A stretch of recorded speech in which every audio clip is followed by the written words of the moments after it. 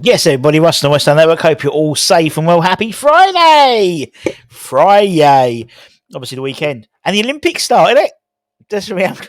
And also, West Ham play Wolves late on Saturday evening, early Sunday morning, I believe.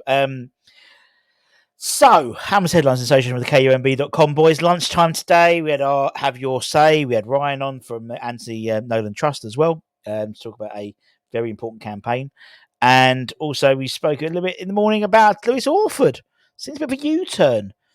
What a difference a day makes. 24 little hours. We were ready to chuck him in as a make weight in a John Duran deal. And now we're starting conversations with him in terms of a new contract. It was a funny old game, as famously quoted. Now, Hammer's headlines got 3 stories. Talk about a couple of rumours. And talk a bit about Lucas Paqueta as well. So let's start. Who should we talk with? Let's go. Let's start talking about some rumours, shall we? We haven't done any for about 10 minutes. Let's talk about Sergi Roberto from Barcelona. Apparently, West Ham are one of the club's best positioned to sign the Barcelona man. That's according to Catalunya Radial.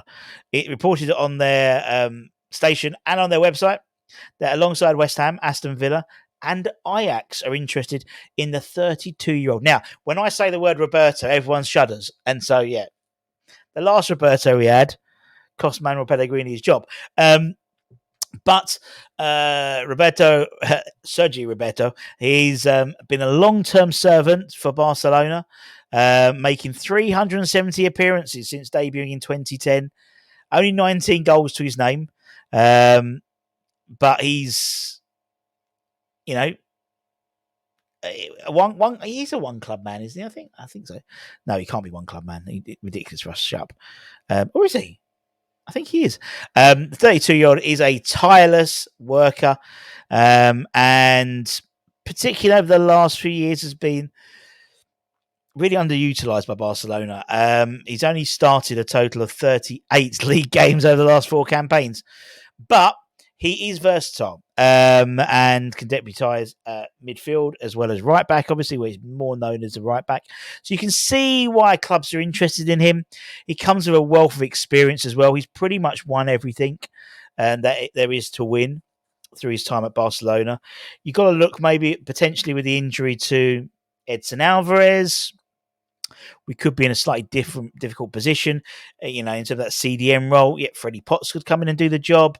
Now, Lewis is not a CDM, so I don't expect Lewis to do it, but Freddie Potts could do the job. We know JWP and Thomas Suchek can't do the job. So I think, he could be a short-term.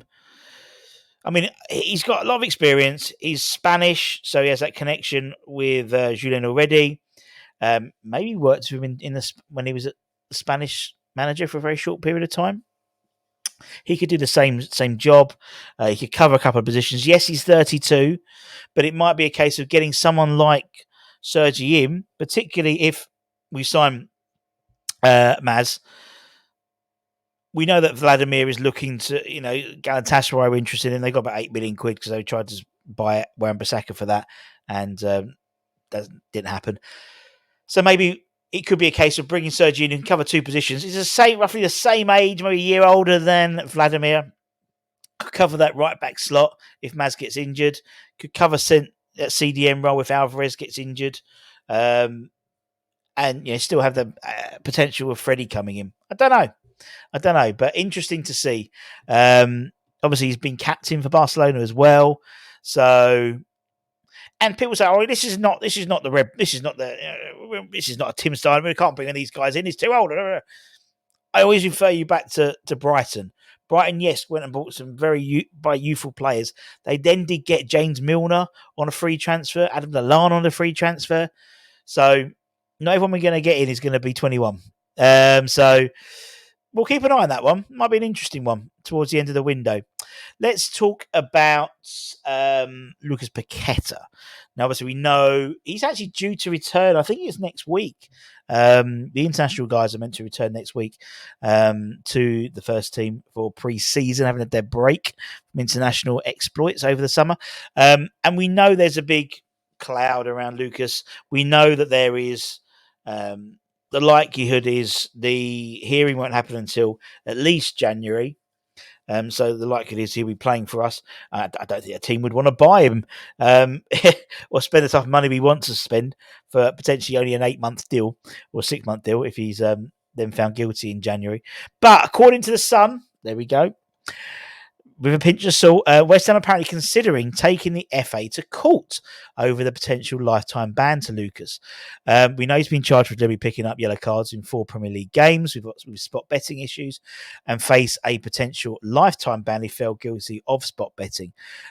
West Ham believe the FA's jurisdiction over the matter is questionable, as the alleged betting activity took place in Brazil. Yes, the incidents took place in the FA's territory, but the actual alleged betting activity took place in Brazil. So the club also argued that a lifetime ban for Lucas would be unreasonably harsh punishment as well.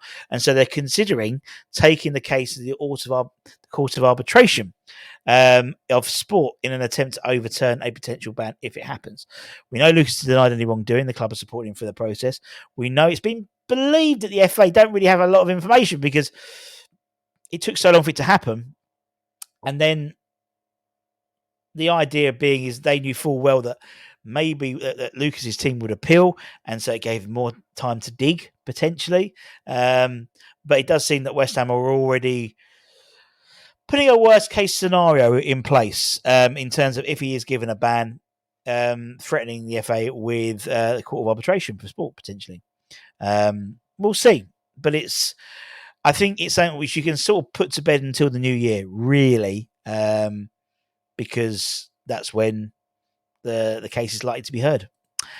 And lastly, let's talk about another player we've been linked to. One of our 175 players we've been linked to.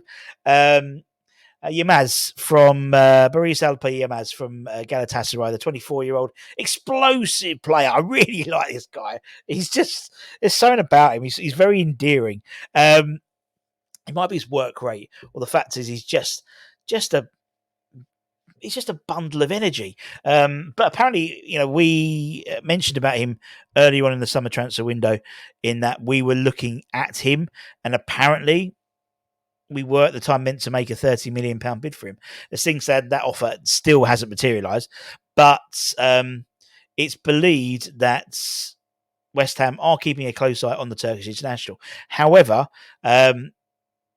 what I like about Yılmaz is the fact is he can play up top, but he also is mainly known on the wing, which we know we need a left winger. And, be looking at Somerville. Sule looks like it's fallen by the wayside. Yeah, Yılmaz could be one of those types of players. Bruce could be that player on that left-hand side. But according to, here we go, Turkish news outlet, İlkabel Gazetesi, that'll do. They claim that the 24-year-old obviously was in London last week, and people were speculating that might be to discuss a deal or it might be to just go on holiday. But apparently at the same time, he's now learning English to help the chances of a move to the Premier League and potentially West Ham. I like that. Fair play to the lad. If that's what he's doing. I mean, he's a great talent. He's got a great attitude, great work ethic. He never stops running. He got 7 goals and 12 assists in 55 games with Galatasaray last year, and really impressed with Turkey in the Euros, that's for sure. He's got pace, tenacious. He can play out wide. He can play in the middle as well. And the fact that he's learning English to potentially to help facilitate a move to the Premier League shows that he's got his head in the right place. To me, a real sense of a really good mentality. When we're talking about players who maybe are questionably in terms of their personalities and stuff like that, it's worth highlighting when. Yeah, well done, lad, and good luck to you. Good luck to you. Anyway, and that's it, my friends. As I said, keep an eye on the channel. Any breaking news will bring it to you as soon as possible.